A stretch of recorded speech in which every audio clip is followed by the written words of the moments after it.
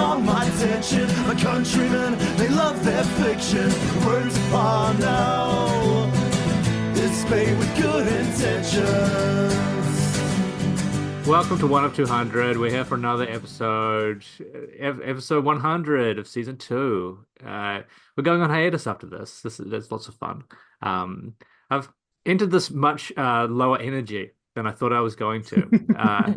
I was meant to be the most Somebody get the energetic. strychnine, stab it into him. I thought I was going to come in, give us a big sending off, but not today. Not today. This is the negativity episode. I'm kidding. I'm kidding. We're always negative. Season 2 of 200. No, we're already in season 2. We've got what kind of cast do you call this particular cast? A half bespectacled cast of co-hosts. I feel somehow ableist. A carousel of co-hosts. Cavalcade of stars. We've got a cavalcade of stars ready to let you know what they think about the state of things. Focusing on New Zealand stuff today, and we will still be here. We'll be making content. I'll be releasing episodes, just not as much on current events, more on single issues, like you would have heard earlier in the week around long COVID and public health measures. But without further ado, Pmax, welcome. How are you doing? What's up? I'm doing good. School holidays have started, so... Oh, so you're not doing any work at all? You're on full holiday, you're lazing in the sun? No.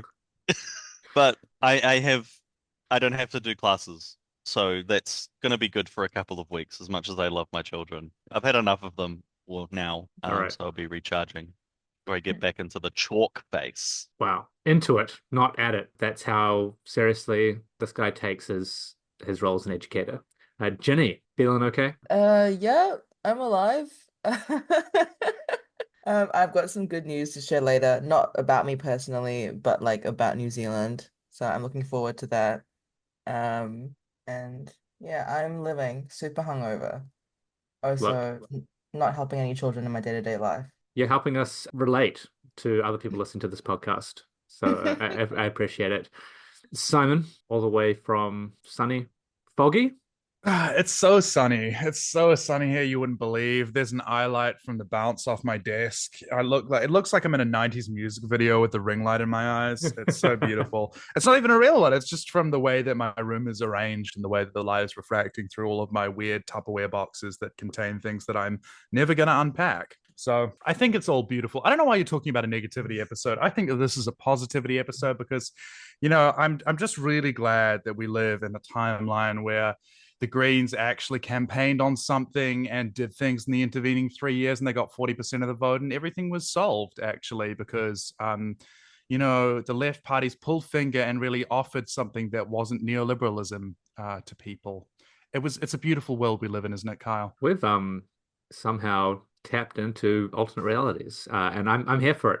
We're shifting. Put it on Please, TikTok.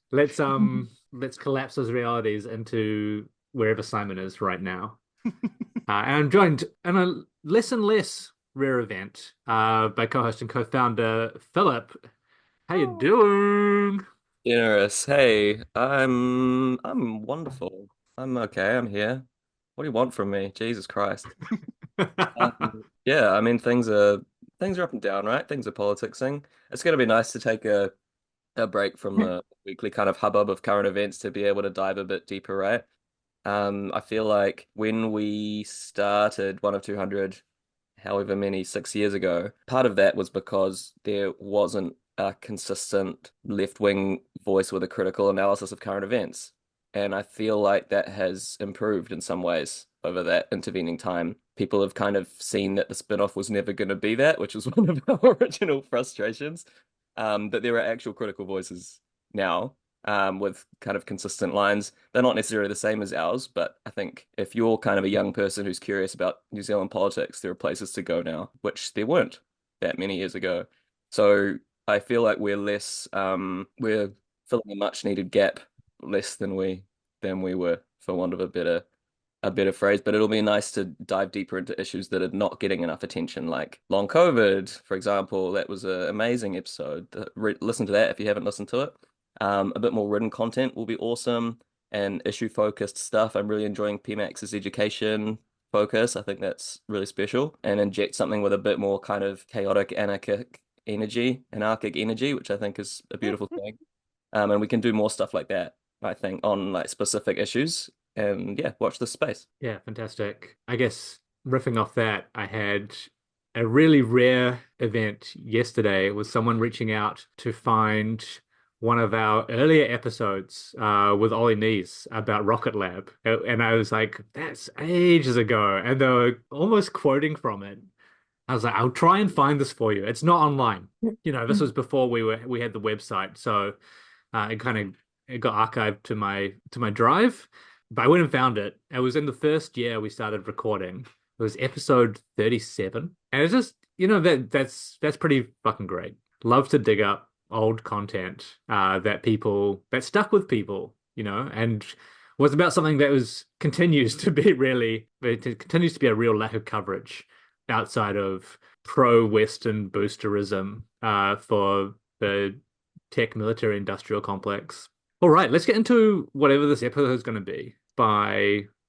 Let's go in reverse order. Philip, what's the thing that you hate right now? What's your number one thing that you just like, fuck this? Probably my most fuck this is might be surprising because it's not so much on the agenda, but it's you remember the silence of your friends more than the criticism of your enemies or whatever, right? And I just think the electoral left has been an absolute embarrassment since the election, and is bad and should feel bad. We know the bad guys are bad. We need you to pull finger and do something. And I'm not talking about at least 50% of the Labour Party, but there are some Labour MPs who still have values, and they've been noticeably quiet, and there's no reason for them to be, right? I don't really give a shit who the leader of the Labour Party is. This isn't a do better Chris Hipkins episode. He's not going to do better. We've seen what he does, right? He's done his job. He's going to talk to Keir Starmer right now about how Right. to fucking side with Israel and send arms to them to kill innocent people. I want to give Exactly. that guy several wedgies. Right? I mean, I don't know how he hasn't already been wedged in half in his time over his parliamentary career. Can't believe this hate speech. But yeah, I mean, Parliament is full of nerds, but he for sure is getting pushed into lockers. Like he is an uber nerd. he is. He's the nerd of the nerds, right? I kind of want to see him and Simeon Brown in a slap fight of some kind of Like Dexter and Mandark. 100%. But yeah, I mean, there are new Labour MPs who presumably ran for some reason, right? And have communities that they're accountable to. And what the fuck are you guys up to? I don't really care what quote unquote behind the scenes work these people say that they're doing. If your constituency can't see what you're doing and what you represent, then you're not doing your job. And the same thing applies to basically the entire Green Party and most of the new Te Pāti Māori MPs. Obviously, it's a little bit different in Te Ao Māori in terms of who you represent and the ways that you're accountable to them, and the mainstream media ignores 90% of the work you do. But still, we need to see a bit more, populist edge from these people. There's so much to attack, and doing the neoliberal fiscal responsibility thing of saying they're wasting money, or the thing where you say National isn't living up to its promises, those are both dead attack lines. What are you talking about? You ran against them. You should not want them to live up to their promises. Where are your values? That's what's been annoying me. Yeah, I mean, celebrate the fucking wins, right? Like, Yeah. hey, National fucking suck. Great. Right. Rather than like they need to do better. Like, no, please don't. Please don't. I think one of the things that you mentioned there around Te Pāti Māori being ignored by the media, both the Greens and Labour also use it as an excuse currently, as well as their more vocal members, like, oh, we're trying our best, but the media's just ignoring us. I mean, Te Pāti Māori gets multiple big stories like being covered by multiple outlets for weeks at a time when they choose to target something, and that's like among incredibly anti-Maori media infrastructure. It's not an excuse at this point. Where I would say more antagonistic and critical of the media most other people in this country, and we know that the media is a problem. Who gives a shit? Like, okay, cool. You figured out that you figured out the game stage. Now do something about it. And you've known this for a decade at least. I was talking about this 2 years ago, specifically about creating alternate media pipelines to shuffle stuff in. I don't know. But also specifically, There was that thread by Henry Cook a couple of years ago that it sort of explained from his perspective why David Seymour was always getting favorable reception from gallery journos. And it was just as soon as anything happened in the debating chamber, or as soon as the MPs knew about something, he would just run to the gallery and start talking to them. Like I'm sure that even though, there's obviously editors and so forth have their biases, but I'm sure that if each party put an MP, you're on David Seymour duty, or even the party leaders just sort of suck up whatever you're doing isn't as important, run to the gallery and start talking to them. Yeah. Start getting your perspective out there, start getting your policies and your solutions to these problems out there instead of just letting the right dominate the narrative. Yeah, Ardern was a media vulture and it worked, you know? It was highly effective. And it was effective at things that suck and are bad, mostly, except for like, the bare minimum pandemic response that they did. But, aside from that, I think it was effective. If you want to have efficacy, you do that. You have training. Yeah. I think Philip has handed it to David Seymour one too many times. And I'd say actually more than that, more than one too many. But this is a constant refrain, like in general, if we're talking media criticism, right? The ACT Party has a machine that does these things. Okay, look, fuck, everyone knows it. Like, if you're bitching about it as a Labour operative or a Greens operative or a party member, okay, why aren't you fucking mirroring that? Like, do it, and also you can do it better. And we know David Seymour gets a fucking free ride. We know he gets like they're looking for his stuff, but at least do the bare minimum and mimic the process. And also, you can do it a lot better, you fucking idiots. Like, is David Seymour really your high bar? Jesus fucking Christ, That's no so wonder you're depressing. losing. If your job is to try to like, because part of David Seymour's job is to try to move everything more extreme right and to be that kind of extreme right, and he understands his function is that, like, why not somebody fall on their sword and take the extreme left position, like something that's even far outside what the electoral parties do or your party actually, will really implement, just to be that kind of counterpoint. You can come up and just, I mean, like, Te Pāti Māori did a little bit of that with, talking about prison abolition. And that's the sort of thing that you need, right? Where it's not like a specific policy that's going to be implemented next term by a Labour-led government. It's not going to happen, but it doesn't matter. You get that into the media sphere and you get people thinking about it and talking about it. And suddenly the conversation is about that. And then the window kind of widens, right? Yeah. The spectrum of acceptable opinion gets wrenched open. Labour centrists feel so bad at accepting that, say, political reality. And this is one of the major barriers to it, I guess, internally to the parties, is that soft left, left of center liberals love punching left and talking about electability, like, oh, you can't even mention prison abolition because that will ruin Labour's chances. And you're just like, fuck off. Like, okay, like, then it's Labour's job to hold the center properly instead of chasing after the right with fucking race baiting. It is very simple and well trodden and well researched political communication strategy. Like, none of this is new. We're not saying anything that is abnormal or extreme or radical in terms of how to do political communications. This is all incredibly easy stuff. Parties of both the left and the right have done this for a century. Like, it's very old stuff. We're not even doing the basics at the moment on the electoral left in New Zealand. Electoralism is about maths when it comes to each election, right? And it didn't matter how many times David Seymour or Winston Peters said something that, according to the commentariat, was quote unquote disqualifying, or it didn't matter that David Seymour called Winston Peters the most dishonest man in politics or whatever, right? None of that mattered after the election, because if you don't have 51%, you don't have power. And electoralism is about political power. Politics is about power.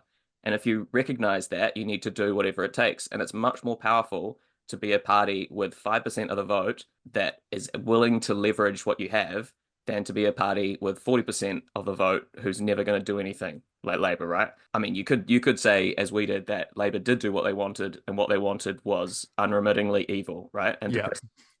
that's the alternative. But if you give Labour the best of all possible worlds interpretation and say that they're simply too scared or too whatever it is, anemic to leverage the political will that they have kind of hiding in their John Key-addled minds, then that's the alternative, I suppose, right? But that's why we went through years of saying, look what David Seymour's doing. That was the point of my years of you have to have it to David Seymour. Because he was building this foundation, right? He did that when he was out of power. And what he was doing is exactly what Simon was saying. He was creating a space for what was previously unhavable conversations and poking into that space. That's the many people are saying Trump's strategy, right? You don't have to have a coherent policy around something that's seen as radical. You can just say, oh, why aren't we allowed to talk about X racist or reactionary thing? But you can do that from the left. You can say, oh, why is it that the whole system doesn't want to talk about prison abolition? I'm actually in favor of free speech. I think that we should be able to have these conversations. And weird that the entire establishment wants to shut me down.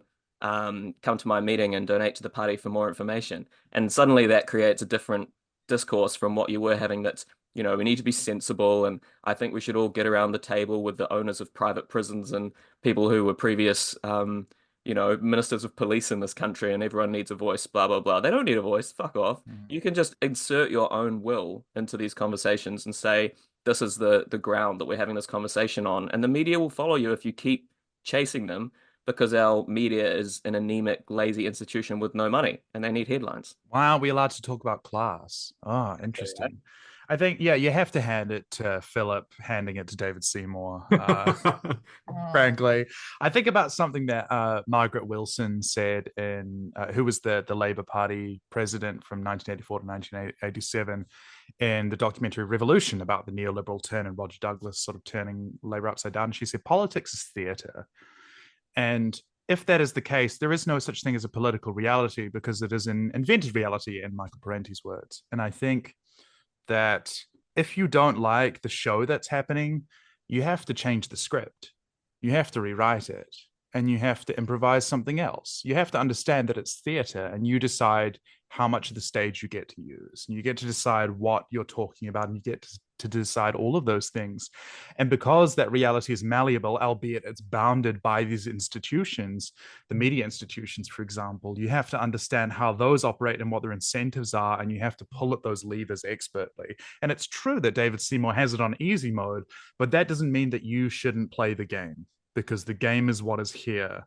And even if what you're preparing to do is to break the ground to try to build alternative institutions, and your approach is dual power or something along those lines, you still nevertheless have to have some kind of presence in the game as it exists. Even parties that have ultimately ended up being revolutionary have participated in parliamentary politics in order to create fertile ground for being able to undertake revolution. And to do that, you have to not play by other people's rules. You just have to understand. How do we get them to understand New Zealand, that it's theater and you can just talk about something else? Like, be the person who's always there. Play access journalism to your advantage. Wine and dine them. Fuck it. No, corruption is everywhere in New Zealand. You don't gain anything. You're already in parliament. You're already sacrificing part of your dignity, right? Like, have less dignity about it. Take these journalists to dinner, do what everybody else is doing to win the game. I'm on the doorsteps. I'm hearing more and more that we need a massive push and huge public expenditure and a Ministry of Works program to undermine private construction. And actually, a little girl came up to me the other day. She must have been all of 7 years old, and she said, we should buy and nationalize Fletcher's and rerun it as a democratic institution for the will of the people. And I just think it's sad that Radio New Zealand and TV1 hasn't run any stories on this yet, because it's all I'm hearing in my constituency. They don't want to talk about it. They don't want you to hear about it. Many are saying that in China, they're giving these huge loans. They're doing it, folks. They're giving the loans for high-speed rail. It's going so fast. It's going fast, folks. They go fast. It's Auckland to Wellington. They're saying in under 3 hours. They're talking about it more and more. God, I wish. I wish. Ginny, are you okay? Yeah, I'm fine. It's just every time you do that voice, it just it honestly China. to me, it's like I'm not a superstitious person, but I am East Asian, so I believe in ghost possession. And Right. every time that voice happens, truly, it's like I find myself suddenly incapable of looking you in the eye for fear that the ghost of Trump possessing you will enter me. Like it's an irrational fear, but like that Can't is make true. eye contact. Like It's I like literally the have to stare. ring. I have to stare at your nose. I can't look you in the pupils because it's not gonna happen. It's like the ring, except Trump died in a sand bunker in Mar-a-Lago. Yeah, And if you watch his TikTok, you have to share it within 7 days. exactly. The spirit is infused within you. It's actually God, terrifying when that imagine happens. a TikTok of fucking Trump suffocating to death in a sand bunker going viral. Why? I'm Wild. rotating in my mind right now, Kyle. Would you Wow. believe it? Fantastic. What do you hate at the moment, Simon? What's really grinding your gears?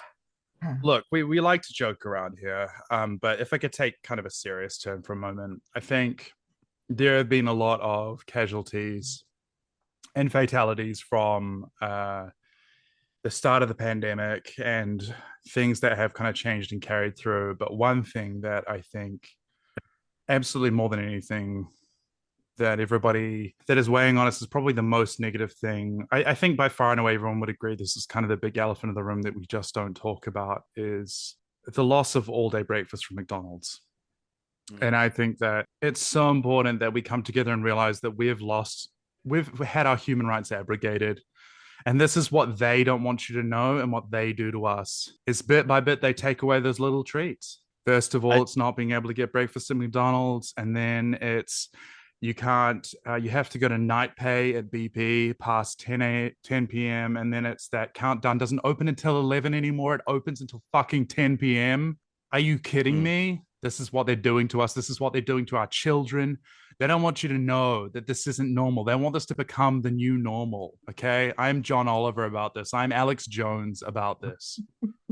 I If think that statement it's makes sense to you at all, you can get free psychiatric care, I believe, under ACC. I think it's a huge mistake by the left to boycott McDonald's because of their implicit support of Israel-Palestine. The real crime is the restriction of hash browns after 11 a.m. Hash browns are $5 when you buy them on their own. Not that I would know because I'm following the boycott. Don't ask me about it.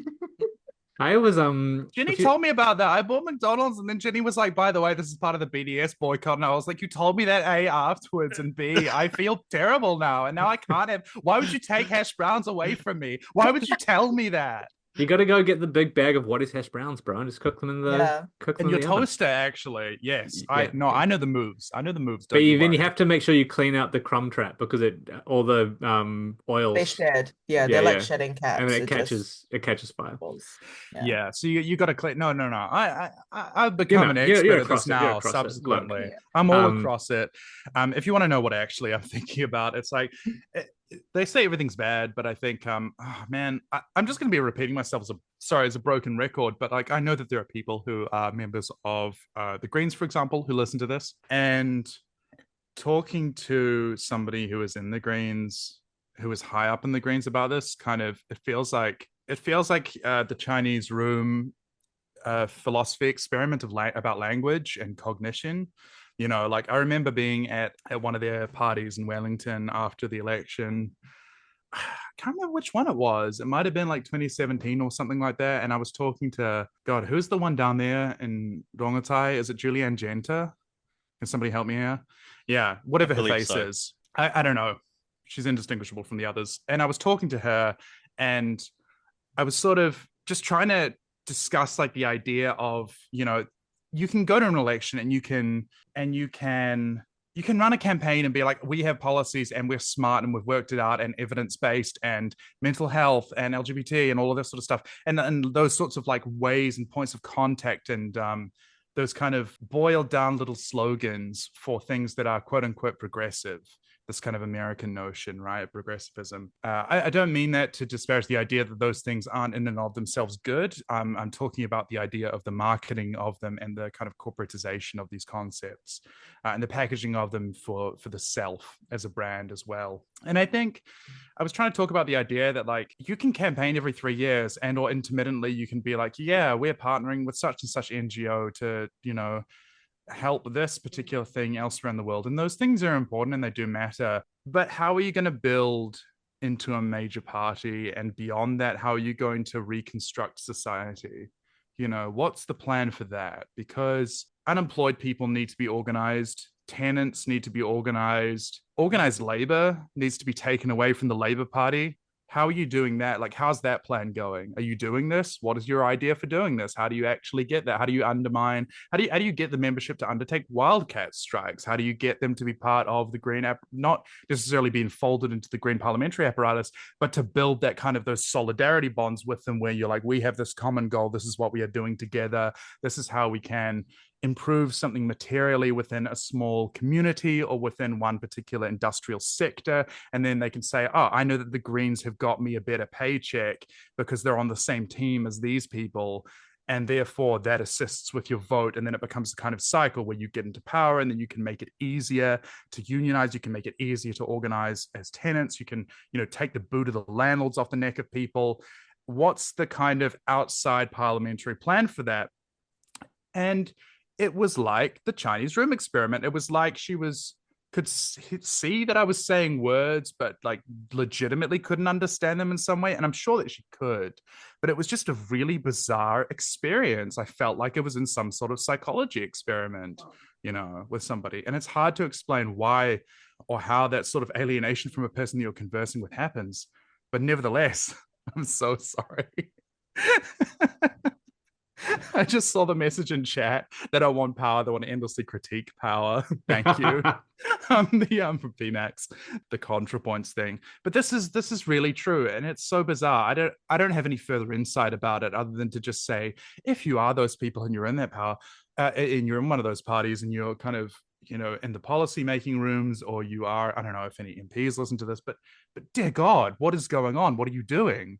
Like, you don't necessarily have to have a theory of power which subscribes strictly to, for example, a kind of Trotskyist conception of dual power. You don't have to have a conception of power which is like an electoral aligned kind of, or a kind of anarcho-syndicalism which involves electoralism. I don't mean you have to have this in terms of a particular acute portion of leftist sectarianism or one theoretical tradition, but you do have to have something. And at the moment, there is absolutely nothing. And it's not only embarrassing, it's dangerous.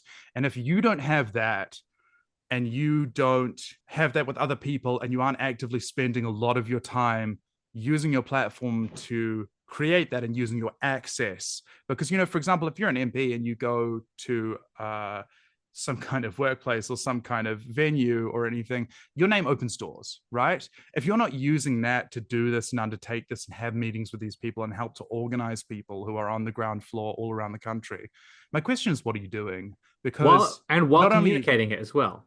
Right, while communicating it and communicating your victories and assisting with helping to create those victories, then not only is that a kind of negligence, but you being in that position and taking up the spot that somebody else could have and then not doing that is you being actively dangerous to the future of this country.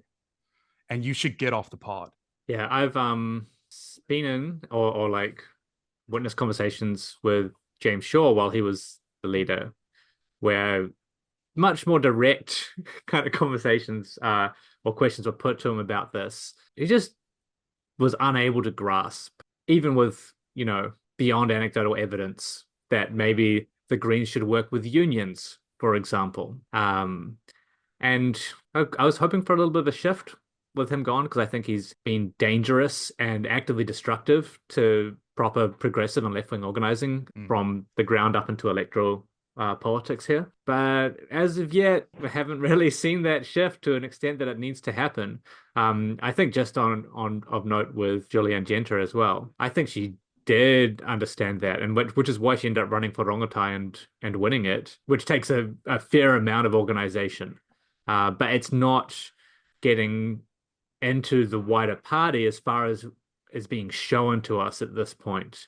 And I think when Klaus Schwalbe was taking over the co-leadership, she kind of openly said, we're going to try and steal Labour's vote. We're going to go and build those connections with unions that come and talk to us.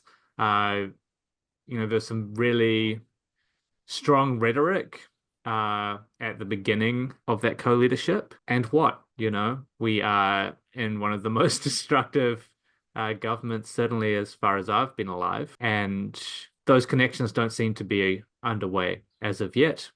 And we're certainly not seeing any pushback on just the most horrific, and not even policy changes under national, but like implementation of direct attacks on the working class. National's government this term has been a bit of a double-edged sword. No, that's so played out. But it's been shocking, but also inspiring because they have just sort of ignored all of the nerd rules that the types of Graham Edgler and so forth would go wild about when Labour attempted to do things.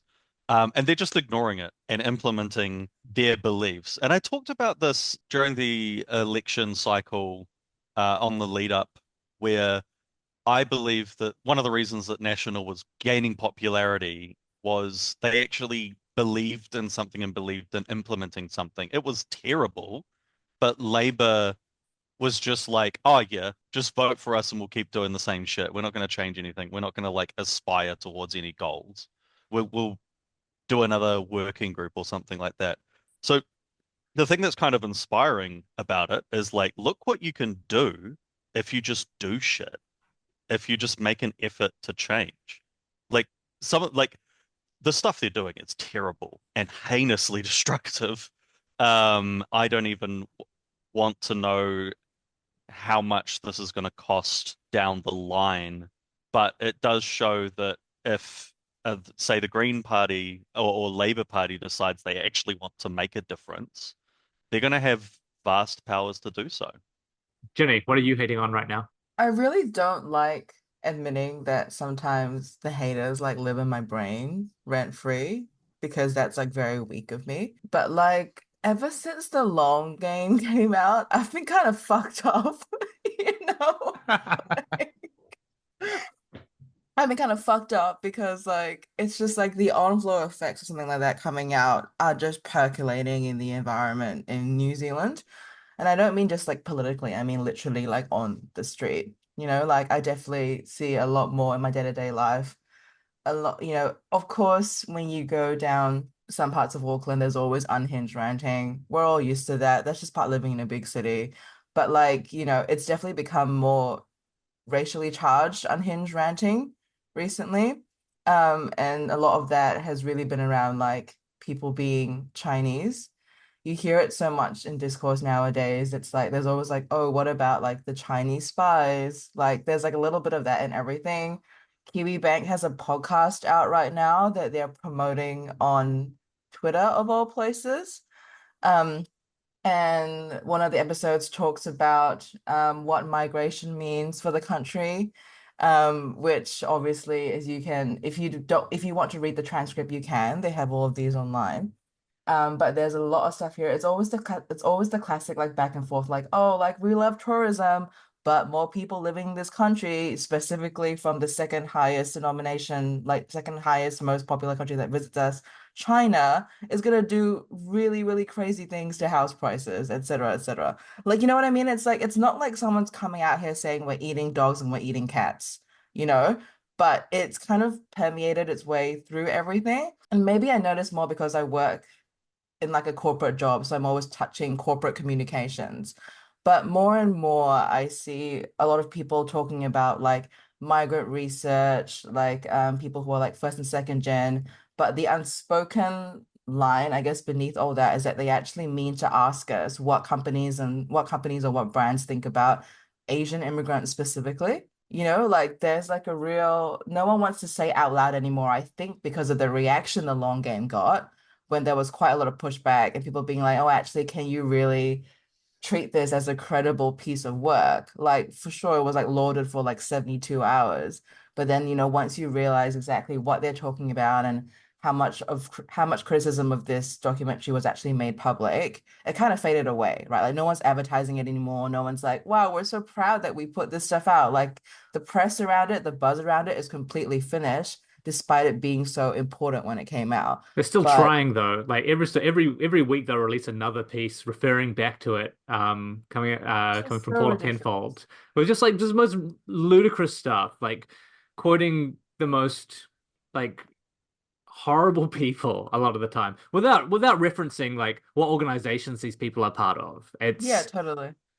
Totally. And I feel like that's the kind of thing which I really hate that even though it released so long ago, it's still being given so much oxygen. And if you just think about, I suppose, and I know it's like one of this, to me, it's like obviously it's not great. It's not on a scale of things that like bother me as far up as something like the war in Gaza, for example, right? But I think that it really contributes to the environment of people that live in this country, aka most of our listeners. And I think that it's become so impossible to ignore this like xenophobia. And I've lived here for like over, when did I move here? I've lived here for over a decade now.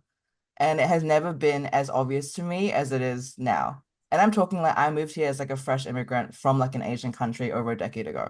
And like I would have thought that then I would have had I would have really noticed when someone was being racist to me. But I feel like people are now a lot more bold about it. And I think they've also been emboldened to be racist shitbags because of the way that the media talks about other disenfranchised groups like Maori and like Pacifica people. Like the things that people have said about Maori and Pacifica people, you would never have heard, I think, before in public on radio, right? But we've got all these like awful like Hobson's pledge level rhetoric being said out loud by people, even in situations where it's like, oh, like we know that the right wing thinks this or like the treaty is fake and it's wrong. Like, what do you think? Like, we're giving so much oxygen and airtime to these views to double sides it, and it just doesn't make any sense to me why we do that. And in doing so, I think we now have a environment whereby people just feel comfortable voicing these incredibly racist, inaccurate, awfully sourced, and never quoted views on people of all sorts who are not like the Pākehā majority in New Zealand. And that has been really grinding me. Like that fucking sucks dick and balls. That's me. Hate it. Bad. It's true. Interestingly, there are real effects to this. I don't just mean in terms of like interpersonal racism, but I was talking to my friend who ran into all of our old international relations lecturers in Wellington the other day, and they said, "Oh, other international relations lecturer," because he asked, "Oh, where is she?" And they said, "Oh, she got fired by the university because she was on suspicion of being a Chinese spy." Like, this shit Wow. actually What the happened. fuck? I was like, what was the HR process for that? What do you mean suspicions? Like, what does that mean? Does that mean she was Chinese and therefore, like, they had to cut her? What the fuck is going on? Like, That's this, a crazy thing to say yeah, for the a university. McCarthyism is real, right? And what's Yeah. weirder is that he was totally, I don't know what you call this, like credulous about it. He was like, maybe there was something off about her. I'm like, what do you mean, man? Like, People accepting they're a Chinese spy excuse at face value just always drives me insane every you just need time. to know something more, right? Like, you've got to give me something more than that, Yeah. But besides that, it's the International Relations Department. The American transplants are all fucking spies. One of the people that I got taught by was literally a troop. She was in the American military. What do you mean? That's just rules-based international order, though. That's right. It's just Correct. sparkling fucking genocide. Shut the fuck up. Correct. Correct. I'm so sorry. I can't send this episode to my mother anymore. I swore in it. Let your mom listen to these? Sometimes. That swearing is the least of your worries. What do you mean? What do you mean it's the least of it? Everything else that I've said has been totally normal and above board, Jenny. I don't understand. Also, how are you going to be xenophobic in Auckland? Have you met the Auckland population? It's actually ridiculous, right? Like and that's what makes me so pissed off. Is like I'll often encounter people being like xenophobic or people being really racist against Māori in like urban developed areas where like Māori, Pacifica, and Asian people are like probably the majority of people who live there. Yeah, And I'm like, Auckland is you an Asian came Pacific capital in that it is Asians and I'm Pacific like, you came people. into you came to K Road to say racist stuff about Māori people and Chinese people. Why Yeah, are Karanga you Hape Road. Yeah, like wow. it's Real actually Pākehā name. ridiculous, right? Or like the last time I was on a bus to Howick and there was like some guy on the bus saying some stuff about Chinese spies. And I'm like, you're on a bus with me to Howick, probably at the time of the day you eat Chinese food, and you want to say stuff about the long game on the bus to Howick? Like, what are you thinking? You It know, is why are very these people funny. doing this? There's It's this so ridiculous. constellation of it's like America, you know how all like the cops in New York actually live like in New Jersey or like in Queens or Mm. outside of like, you know, they just they don't live there. They live in the suburbs, like in a house, and then they travel in to be the Mm. NYPD. That's what it's like with all the white people that live on the North Shore, which is like not Auckland proper, and they're always like, you know, complaining about how Auckland has become. And it's like, you don't, this isn't like your place. You know what I mean? Like Mm. you don't meaningfully participate in the community in South Auckland or anything like that. So why do you get to judge it? You know? Yeah, it really does feel like we are edging closer to much more violent rhetoric Mm. around this stuff because mainstream and respected sources who people take seriously have abrogated responsibility around the language they're using to describe ethnic groups.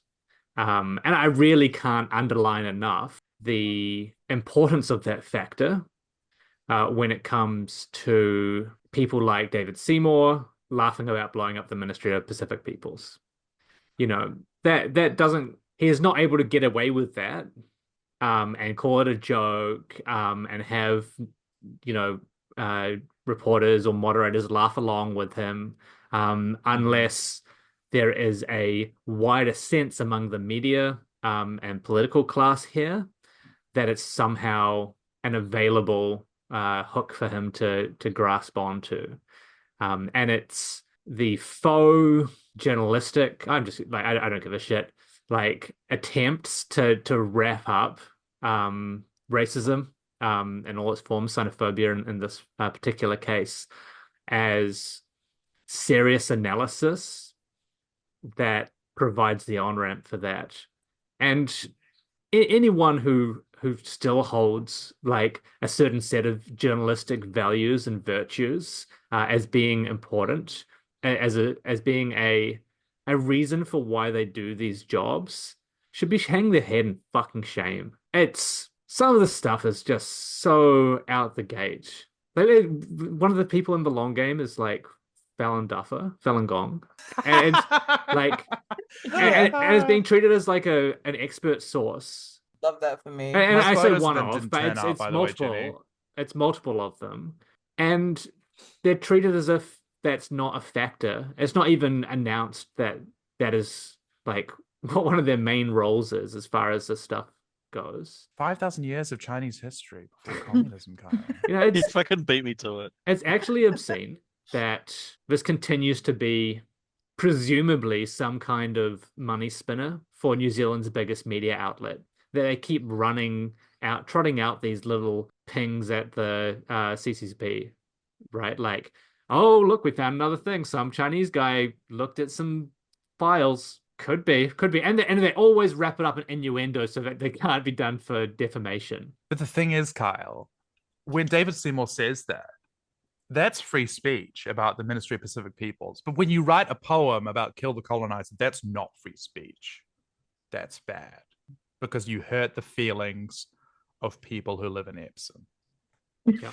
And also, I even though agree, he is anti-Pacific people, you have to hand it to David Seymour. Every year he does do a video where he puts on a qipao and says, Ni hao, wajidao, wadaminza David Seymour. Hold on, I could probably do a better impression if I make the face right, because he's got lots of No one's going to support, see the like, face, so you don't need hello. to do it. Okay, No, no, but it yeah. helps the voice, I think. That accent is I think the face good. does help the voice, but that just made me, God, I can't believe that we're gonna get that next year. We get that every year like clockwork, despite anything racist he may have said about Chinese people. One of 200 needs to do a parody version of it before he releases his next Look. one to like undermine him. Yeah, no, and do preempt it. I'll publish Let's it. go I'll put it shopping on... for traditional clothing. Ginny. Actually, you two have the TikTok. Go, just do We it. can Put it do on it. We TikTok. can do an original song, Simon. We we have have the technology. Damn it! Jinx! Fuck! This whole episode is just Pmax sniping Simon every 10 minutes. So good. Just waiting for his Simultaneous on my chance. end, but I know that Great everybody minds, else great I was minds. behind, so But look, this change in national rhetoric or like cultural sensitivity, or however you increase xenophobia, sinophobia, however you want to frame this, it hasn't happened in a vacuum, right? This kind of circles back to what we were talking about at the beginning, and it just shows the efficacy of political project. You can influence culture to this extent, right? Eventually, I don't think you could have jumped to this point from 5 years ago. But if you make a concerted effort to push your political project consistently in the right channels, on the right levers, you can push credulous, lazy journalists and like cultural thinkfluencers who just need a headline. They need to publish or perish. And if you go up to Thomas Coughlin and Fran, if she's still around, and whichever are the more kind of reactionary leaning Herald writers of the week, and you just say the same thing every day, 6 months later they're going, oh, maybe these racists have a point. And they're starting to phrase your arguments in more friendly clothing. And 1 year later they're going, okay, well, we'd better platform it. I'm hearing it every day. It must be relevant. I haven't done any polls, but many people are telling me every day that racism's good actually now. So Mm. no, we could have been doing this for the last 5 years from the left, but we choose to play nice for some reason. I say we. I don't think we do. I think the politicians have let us down badly. We're the And nicest folks kind of around, Philip. When we say the journalists are lapdogs to Yes. power, it's not just a kind of insult like calling somebody a cur in like Yeah. a kind of old school way. It's also like, no, they are like dogs, they understand tone but not content. And if you just like, they have amnesia for things that have happened 5 seconds before, but also like you can eventually train them through Pavlovian responses to things. You can jingle keys in front of them and it works. But just to zoom out as well, this is all in service of the turn against China in the West, isn't it? Like, and I think that's not a controversial thing to say. This is trying to help New Zealand make a case for joining AUKUS and encircle China. Like, I'm sorry, this is just, which is a terrible, terrible fucking plan. By the way, we don't want to go to war or become antagonistic with our largest trading partner. It's fucking insane. But it's part of what it's about. Oh, China is spying on you. The US isn't somehow. China is trying to influence your elections. Oh, but don't worry, the US isn't trying to influence your elections. And it feels like that connection is so rarely made. Because the first step isn't even being critiqued and analyzed most of the time. You don't have journalists going like, wait a second, who is this person that is telling me that they're being spied on by the Chinese government? That's not even popping into their heads as a necessary question to ask when they are being approached by sources to write a story. So no surprise that a wider lens isn't taken either. And I think just even more broadly around targeting ethnic groups in general. This is a strategy that's been running since, well, time immemorial, but specifically in the West for about a decade now, to create electoral wedge issues to drive far-right politics. You saw it happen with Brexit because the immigrants were able to get across the UK border, often paired with anti-Muslim rhetoric, like they rant about how some places in the UK were Islamic areas under Islamic law and shit like this. You've heard exactly the same rhetoric in New Zealand around Maori and gangs. In Australia with The Voice, the Labour Party picked it up because they thought they'd win. They just get fucking smashed because the purpose isn't to do what they say it's to do. It is to, in bad faith, use these presumed issues to shatter the normal electoral lines and move that Overton window. In the US, you're seeing it in like some really nasty forms right now, probably the most overt. But this is what the strategy is, and anything that ignores the the recent historical context of this in Western politics is doing a disservice to the community and the electorate in general. And I don't think anyone in New Zealand media is really talking about it at all. For shame. Pmax, what's fucking you off? Well, this is going to be like if anyone's running predictions, it's going to be the easiest thing to predict. I'm obviously really fucked off by the Inquisitorial Agents Codex release for Warhammer 30K. They didn't get an army rule. They got 3 Battle Force boxes, but not really any kind of line refresh. So there's actually not a lot of flexibility in what they can achieve. No, I'm fucked off about education. Just this morning, I read a lovely piece from RNZ about how once again people have done the deep research and come to the utterly shocking conclusion that poverty is the #1 indicator of a student's potential for failure. And the government just straight up said, yeah, we don't give a fuck about that. Yeah, it obviously as an educator, I think education is really important. I hope that a lot of people agree with that. Education has an amazing potential to grow and develop people, and our current coalition of chaos seems absolutely hell-bent on absolutely bottom to top destroy the sector comprehensively. People who've been following the news would have seen the news about the polytechnics all getting fucking potentially disestablished. What, 2 out of 25 are viable? Tertiary education's been fucked for a long time, so we don't even need to go into that. There's all the bullshit with charter schools and general fuckery around secondary schools, primary schools, and then our early childhood education sector, which is already one of the worst in the OECD, is getting further deregulated because apparently that's going to help solve things. And I get the impression from this, I think there's some level of understanding among the right-wing politicians that these policies aren't great, but they will make short-term profit for their mates. And then I mean, maybe I'm assigning them too much intelligence. Well, no, a lack of intelligence here. I think they're like, oh, sure, we might cause some problems, but then, when the pendulum swings back, the left can rebuild education and then we can fuck it again for a bit of profit. But I don't think they realize how close to the bone a lot of the sector is, and just how, like, I guess it's the kind of thing where you don't know that you can't comprehend something missing if it's never been gone. And we've always had a decent batch of public educators in this country, and that is just no longer the case. Fuck talking about like replacement level for white babies or whatever. We've got to focus on replacement level for trained educators.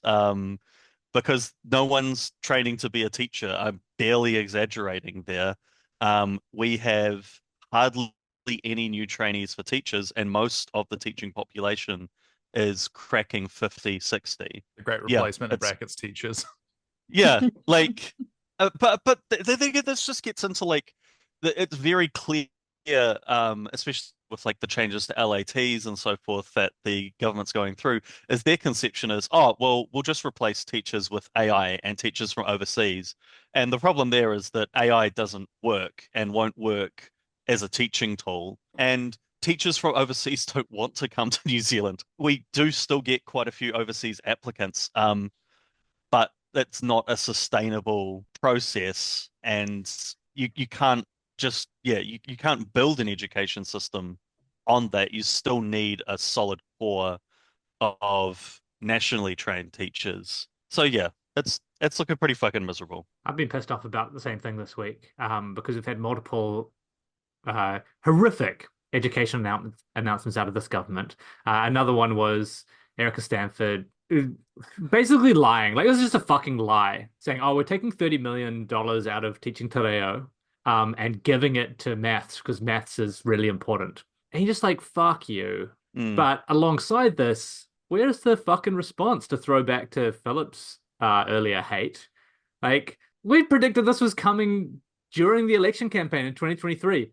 National Act are going to fuck education. They're really going to try and do everything to destroy any hope for New Zealand's children, that they can educate their ways out of poverty. That is a very clear goal of this kind of ideology. And not only have you not had a good concerted response that has included that could have included all the teachers' unions and the Labour Party and the Green Party and Te Pāti Māori over the course of this government, during which they've been just wreaking havoc with students more often than not. I've described it as war on children, for the way that they have been making the lives of children in schools so much worse. But then on a week like this, where David Seymour pops up his new truancy plan, where he's going to criminalize the parents of students and take away teacher-only days, which is just absurd. It's just shuffling the days. It's just fucking dumb. It's like it doesn't make sense. No one has told him that, and no one has told everyone else that he's done this either. You've got this Erica Stanford thing. You've got charterization stuff beginning to start on the day, like within minutes of these announcements coming out. You should have had a unified front of pro-education parties and organizations just saying, we're gonna fuck you up, like, all right then, everyone is fucking striking tomorrow. And the problem with not doing this, apart from the obvious, is that when Labour then comes out in a week and a half to say, oh, we don't think these are very good changes, and then tries to make a claim, especially in 2026, that National has irrevocably changed the structure and the face of New Zealand. This is an existential crisis for teaching in Aotearoa. Who's going to fucking take them seriously? Oh, okay.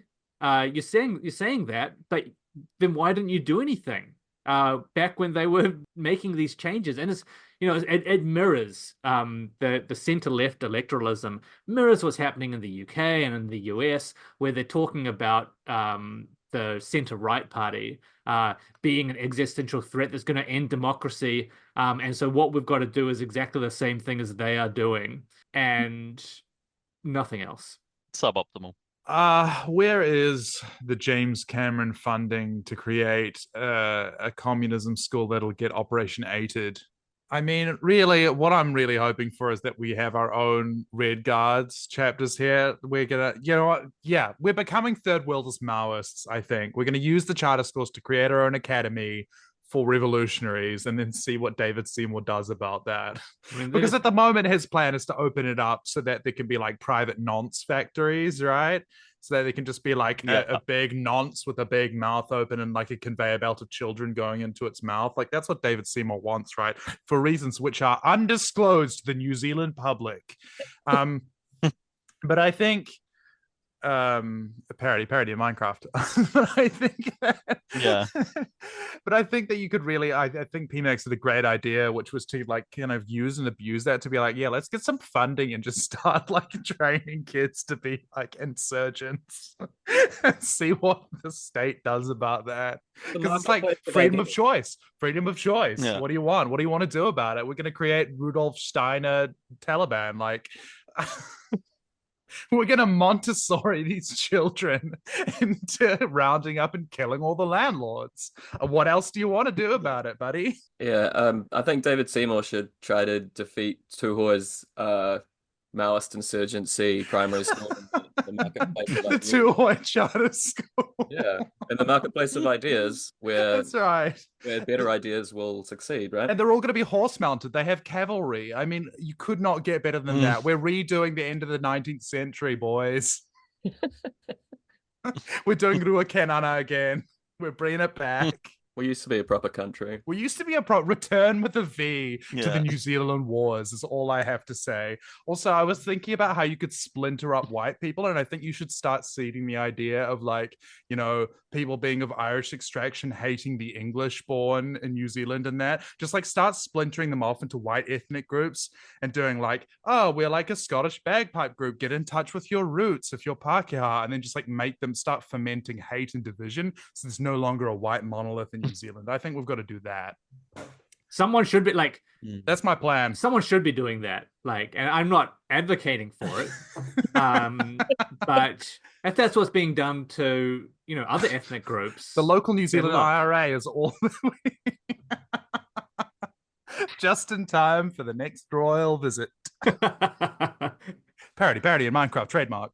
The new woke is what is it? Like broke racism, white racism against brown people, woke, no racism, bespoke, white on white racism. White on white racism, I think.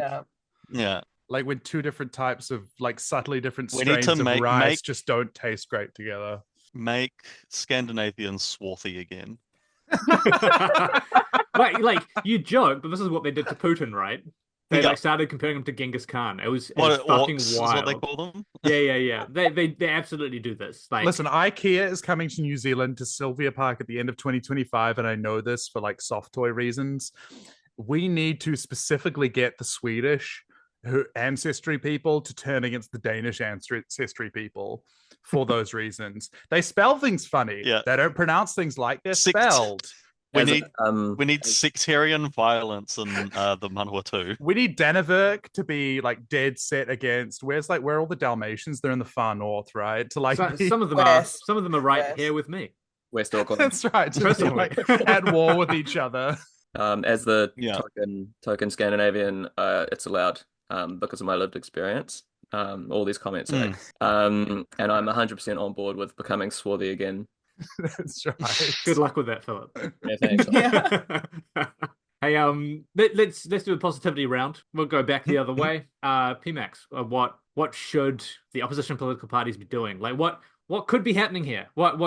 How should they be fighting back? It seems pretty easy to me. I don't know. What do you think? Well, the release of 3 battle boxes under the battle force boxes under the Imperial Agents line means that it is possible to build a wide array of Imperial Agent.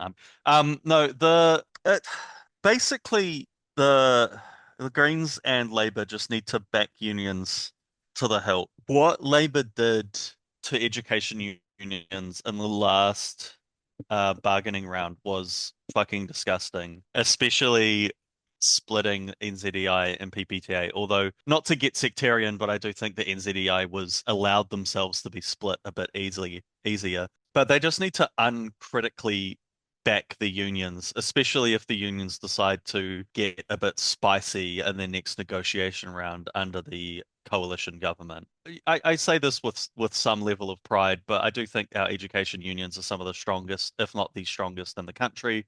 PSA is the largest, but they've been kind of dog shit, from my opinion. The PPTA especially is willing to absolutely fight to the death for the rights of our children to have a decent education.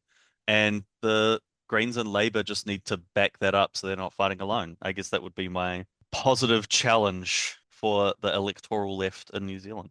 It seems like a pretty easy one for the electoral left to side with the unions effectively. Yeah, this is a maritime country. It's a series of islands. We rely on trade from other countries. We just need like the dock unions to be in solidarity with literally any other strike and do sympathy strikes, and we can fuck shit up. Ginny, how are we gonna What's combat Sinophobia? Oh, my good news or good thing wasn't about that. It was actually about the polyamorous Tuatara. Oh, the three-eyed one, yeah. So I'm really sorry. You're doing a If you're polyamorous, your humanities third piece. eye is open. Here, look, we can I'm dip into sorry for human introducing interest. the long game thing and then doing like a pivot. Like I really didn't Look. mean. No, look, that's fine. Some much needed levity. Yeah, so there's a Tuatara whose name is Henry. He's apparently named after like King Henry, which I think is problematic, but that's fine. So Henry was I'm born worried about his 100 partners. He was born 130 years ago, and he now has 2 girlfriends. And he lives in the special Tuatara enclosure in Invercargill's Queen's Park Animal Reserve. And they built it like specially so that they could have all like the detritus that they need, like the logs, and it's the only like specialized Tuatara facility in all of New Zealand. Anyway, he's there and he's fucking 2 girlfriends. So I'm pretty impressed At by what 130. At 130. 130. And there's a paragraph in this article that The Guardian wrote about Henry the Tuatara, which sounds like the reporter kind of is into him. The ancient reptile's skin is the color of a dappled forest floor. From the top of his wide, strong head to the tip of his tail runs a line of pearly spikes. His big black eyes are as glossy as obsidian, and with his head poised high, he looks as royal as his monarch namesake, Henry VIII. Wow. Wow. Good Many help. people are scalies and furries without realizing it. And Yeah. at this rate, by the year 3000, Henry's going to be fucking every Tuatara in New Zealand. That's how it works. One- That's how Well, apparently he was so shitty and so awful that they had to isolate him from other Tuataras for 17 years because he would just try to bite them. They were like, "Do you want a girlfriend?" And he would just bite their tails off. 17 years jail for Henry. But then in 2007, they removed a tumor from his balls, and it magically restored his libido and his personality, and he became a dad a year later. So now he's just popping them out. This happened Incredible. to my He's buddy. Well, really I don't think happy. he's popping them out. Many such cases. Two Um, girlfriends. So that was so I saw this article and I was like, man, you know what? Maybe it's gonna be okay in Invercargill at least. at least. Fellas, if you So- don't have two girlfriends and are popping out children constantly, get your balls checked. Yeah. Are you cranky all the time? Yeah. If you're biting people all the time and you don't know why, Men's check the Health balls. Matters, September. Yeah. So Prostate that Health, was September. my positive thing that I was like happy about this year. Okay, So great. No, thank you for sharing. no Are you worries. also able to give us a quick like what should electoral parties and groups be doing to combat what's happening in the xenophobia arena? Oh, not about Tuataras. Oh yeah. Well, it would be really good, I think, if there was actually if companies that had to provide things like surveys, consultation, market research, if they took a really firm stance on being asked things about migrants and developed a common language around how they want to treat inquiries about migrants. Because right now, all we see is a bunch of incredibly thinly veiled racist requests, essentially, for data on migrant populations. And companies that provide this kind of data, I think, should have a stance, and in the past have had stances on how this data gets used. Like, for example, you have a leeway, you have the ability to, as a market research firm, say that here are the findings, here's how we're presenting them. You can't have the data in isolation. You have to take it with the analysis that this firm or this company has given you, and you can't just twist the numbers to what you want them to actually be saying for your agenda. So I think companies, media publishers, research firms, anyone who is approached for comment or approached to do a study of any longitude that involves, I would say, like racial tension or issues around race and ethnicity and culture, have to be aware of their responsibility. Because once you hand the data off, you are essentially, you can't just be like, whatever, I just did the numbers, it's not my problem anymore. You will be named and shamed in a lot of these articles run by the Herald or RZ or whoever. And you don't want to be known as the purveyor of racist data or have your name attached to like a really fucked up quote by David Seymour talking about like the literacy of Māori children. You know what I mean? Like your company's better than that. You can be better than that. Set some really, really firm boundaries around how you want your data and your work product to be used by third parties. Fantastic. Simon, you're up. Why would you, Mitch? Don't cut the fact that we're talking about cutting this because I want the people to know that something that I said was cut and my free speech rights were abrogated this day. I want it to be known that 2 of 200, season 2 of 200, does not believe in my peach or freezing. He's right. Only thoughts that fully align with Xi Jinping's Chinese thought will be allowed. I got a bit choked up just thinking about ending the Imperium of Man finally. No, what was the question? What's your positive thing? What's your thing that you think the politics class should be doing to claw back some semblance of progressiveness? Look, I've said it before and I'll say it again. I think what's really positive is that Cinema Roll won the character contest. I think what's really positive is that, as I said, the boycott against McDonald's has led people to post recipes online for how to recreate the hash brown at home, and they work and they're good. And I just think it's really important for us to come together and realize that we don't have to give $5 over to a company that's supporting Israel when you can have that crispy fried goodness at home. I'm Look, gonna have to repeat the question again. I'm so sorry. My no, brain just look, doesn't. that's your fucking time. I've screwed the pooch. And look, there's some pearls of wisdom there for those willing to dig through it. I am happy to give my pearls of wisdom to any person who is willing to be pliant about it. I think what's positive is, whoa, what is positive? man, we couldn't have had these conversations and the people wouldn't have been cognizant about this stuff 10 years ago, I think, 2014. And part of it is that we are responding belatedly to the rise of fascism. But I think that if you tried to talk to people, I mean, I suppose we had the language of Occupy, right? Like before Occupy Wall Street, it was people didn't even talk about the 1% and the 99%. And we've gone so far past that. And I think that that is positive. But in many ways, we're kind of fighting a rear guard action, and we have to fight a forward guard action, a vanguard action. It is really funny that of all the tendencies, I probably have like the most sympathy towards, kind of anarchist forms of analyzing the world and praxis and that. And yet, whenever I come on one of 200, I'm always like Marxist Leninist solutions. It's just a fun irony. I think it's just because everything that's bad about the world makes you mad enough to start talking like that. But also, political communicators, take note. We've created the environment. Simon's being gradually manipulated towards the correct analysis of the world, despite his current failings. Every time he comes on here, he's pushed towards the Overton window that we created. Take That's note. right. I'm not immune to propaganda. All right, that's enough from Simon. No, I need to think of something to say. No, you said some good things. You said some good things. Okay, Look. what I think needs to happen is not what you're currently doing.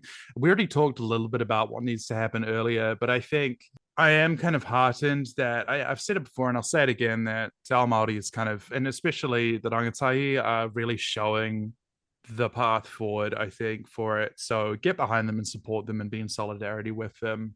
And if you are an older person and you've been in the struggle, one of the struggles, because it's all one struggle really, this entire time, I think that you can listen to them and be led by them, but you have a lot of wisdom to share as well, and that needs to be passed down. I think that we valorize individual people. When Helen Kelly passed, a lot of people talked about all of the good work that she had done, and this is true. But one person can be a spokesperson, and one person can be a trainer and an educator for organizers. But they are not what moves the needle. It's the mass of people working together. It's always the only way anything has ever happened in history is a whole great bunch of people realizing that they outnumber the small ruling clique, right? That takes certain things, and it takes educating, and it takes organizing, and it takes that there are certain people who are better spokespeople than others, and therefore their face appears all the time. But we can't fall into the trap of letting your world become the simulacrum, right? You can't look at the way that our media tends to report on things, which is by a single talking head in front of a microphone, and say, oh, this is the way that the world works and the way that the needle moves, because it's not. So if you are one of those older people, and even if you had been one of the people who, like, let's say during the Springbok tour, or during the Māori Renaissance and the Hikoi that happened in the 70s and the 80s, if you are one of the people who is a veteran organizer, it is incumbent upon you to listen, and that your tactics may need to be adapted, but also you have a lot of wisdom to pass down, and you need to start talking to the young people, and you need to, even if these movements are being led by them, to let them know what hasn't worked in the past and learn from your mistakes and say, hey, we tried this and the world is different, but think about this. People shouldn't have to, every generation shouldn't have to reinvent the wheel, or we are never going to get this cart moving anywhere.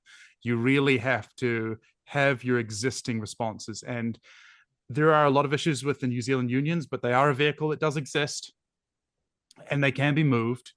And I think that what Pmax was saying about the PBTA being comparatively militant is really important.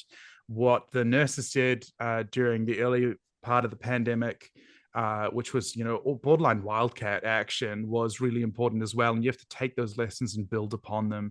You have to do structure testing. You have to understand how to communicate. You have to be able to build these networks. But you also have to be able to, praxis is just a fancy word for putting your theory into action, right? And you have to understand what doesn't work and what hasn't worked, and really assess where the world is at the moment, because there is a vision of the world that is presented to you. There is a territory, there is a map that is placed before you, oftentimes through our mediascape and through the way that mediatization operates, to draw on Herbert Yarwood's work on that. And I think that we oftentimes, even though the world is just outside your window, can oftentimes take the reality that is presented to us and be fooled by it. But you have to understand that you have to look outside and you have to go into the garden and you have to see what the world is like, because there will be a version of the world that is presented to you, and there will be a version of what is efficacious and effective that is presented to you, and it will be exactly and precisely what benefits the people who control the means of the distribution of information, which means the people who are currently in power. And they want to present you a very specific vision of the world and tell you how you need to do things and how you need to change things. And it will be an illusion and it will be false, and it is false. And you need to not only take that wisdom from the people who have fought before, but understand what's not going to work in advance. We can't just throw spaghetti against the wall and realize we have to start predicting what the response is going to be. And we need to be able to understand that, and we need to be able to understand the world to do that. So go outside, rely on other people, come together to have a collective understanding of what's not going to work and what is going to work, and do the waterfront strike all over again, baby. Let's go round 2. Yeah, fantastic. Thank you, Simon. Once you got going, you had a lot to say. Remember, everyone, if you want to know what grass feels like, you have to touch grass. We have to all come together to protest outside of Countdown to make them stay open until 11 p.m. so I can get my treats when I've forgotten that I didn't get them and it's 10:05. Okay, we need to force these teenagers to work an hour longer for my personal treats. We just have AI supermarkets.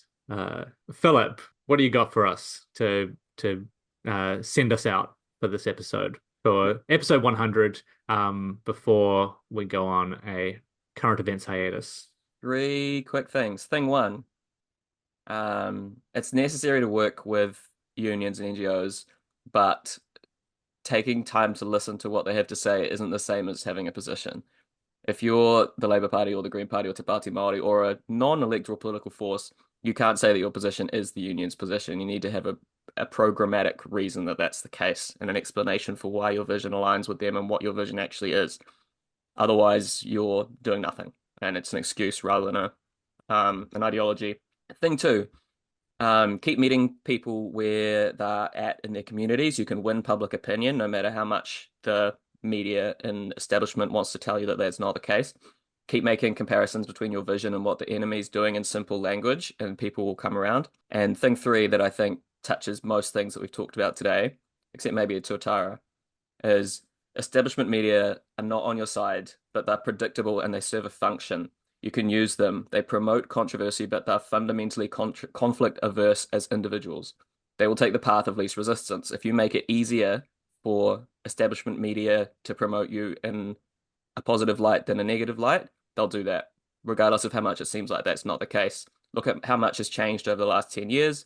Look at the advent of neoliberalism, take the lessons of the past, and leverage all the levers. People aren't on your side. That's okay, right? You live in the same world as them. You can have dinner with people you don't agree with. That's fine. Yeah. Yep. All really good pieces of critical analysis around. Before you go out, Kyle, can I say, thank you for doing one of 200. Thank you, Kyle. Thank you, Philip. Thank you to a lesser extent, Branko, who hasn't done as much. We just have to diminish your role a little bit. Thank you to the host today. Thank you for listening. Thank you for supporting. Thank you to everybody who has been a contributor, every expert that has come onto this really lowly little platform and has done that, because it does make a difference. And it might just be a minimal one, but it's something in this world to not feel crazy, because we are made to feel, schizophrenia and capitalism, right? We are meant to feel like we're the only people who think that it's normal to do good stuff that helps other people and not be purely selfish and capitalistic. And I think that this serves a really important function. And to those of you who are listening, you don't know that it takes a lot of work to do this. My job's really easy. I show up and then talk about McDonald's hash browns. What Kyle does is not easy. And I think that we should I think it's important on us to take on the values of honoring people who do a lot of this work rain or shine, no matter what's going on in their personal lives, no matter how hard it is. And, there's a reason why you have to take people have to take hiatuses. And it's because, doing this for minimal money when you don't have the huge machine that's backing someone like David Seymour is really difficult. And I wanted to thank you and to honor the work that you've been doing. I think it's really important to do that. Kia ora, Simon. What I love about the way that people do, particularly speech making kōrero Māori, is like, and you would have heard this formulation if you've ever worked like a white collar job as well as actually been in a proper Māori space, right? But like the tēnā koutou, tēnā tātou katoa, which is like, you start off by saying that it's you people who are sort of alienated from me and separated from me, but then at the end it's tātou, like it's us, it's all together. You position that, and the positionality of it changes with the speaker, right? I'm talking to you, but now we're all talking together and we're one group. And I think that that's really important as well. And Absolutely. I love that.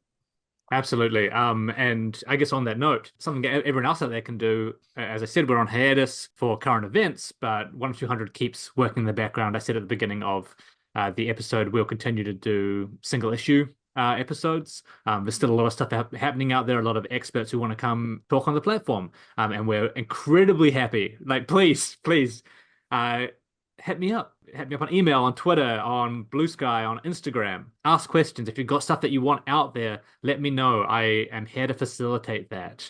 I'm happy to just stand up a platform and be here and nod and smile at a minimum while you let people know what's happening in your world.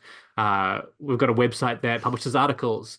People often say to me, hey, I tried to pitch this to the spin-off, but they wouldn't publish it. Someone told me that you will. This has happened multiple times. Please bring us the things that you want out there. We will publish them. So yeah, we're here as a platform for people who want to get engaged, who want to be writing. It doesn't have to be overtly political. Please be left-wing. Please don't be rabidly attacking in the manner of an FBI psyop, and we will platform what you've got to offer. Before we go, though, we got to do the plugs. Pmax, where can people find you? They can find my dross on Twitter. Don't follow, it's bad. He's lying. Yep, that's about it. Philip, no plugs needed. You got to go, but say goodbye. Goodbye, everyone. Keep listening. Shout out to the girl and or boy and or NB listening to this. We appreciate you. Listeners are our most valuable resource. Share. We love you. Bye. Thanks, Philip. Most beautiful human in the world is the girl listening to this. Ginny, where can people find you? I'm eggs for dogs everywhere on all social. I'll probably be posting about that fucking Tuatara. So that's, or Sanrio. That's what I post about. Yeah. And Simon. I am at Original Mythros on Twitter. That's original followed by MYTHROS, Mythros. I'm also something really similar to that on Discord. I don't know, if you DM me on Twitter, then I can probably, add you on Discord or something like that. I'm also on various other things, but you don't want to find me there. And that's about it. I also do a podcast called Go Hard or Go Home, which is going to have a new episode out soon. For the first time in a long time. It is a podcast where I take my friend who had hitherto not experienced or seen anything to do with the famous comic Dragon Ball through the comic from start to finish, while they become increasingly aghast at what Toriyama has to offer. Fantastic. Hit everyone up. Help build the network. Keep listening, share, like, subscribe. Let people know we're out there. If you want to support us, there's a Patreon in the summary. Throw us a few dollars a month. That's how we do anything that needs actual money and not free labor. That's been 100 episodes of season 2 of 1-200 in just over a year. We're really fucking smashing them out. And it's thanks to everyone around us. As Simon was saying, it's not me or you, it's us. Everyone plays a huge part in what we're able to produce. And we look forward to bringing you more as season 2 continues. We hope to have a few more projects off the ground Now I'll have a little more administrative time available on the weekends. We'll catch you then. I can hear the acoustic guitar coming in now. Beats. If artifice is art, then I'm living a pointless life, but I'm learning all your lessons. Fucking politics, there's no distinction. The road's apart now. It's paved with good intentions, and I'll admit that I'm at a loss for what to say when the criticism cost me ought to stay. 'Cause I live amongst the people every day. In this vindictive, forgetful fucking race.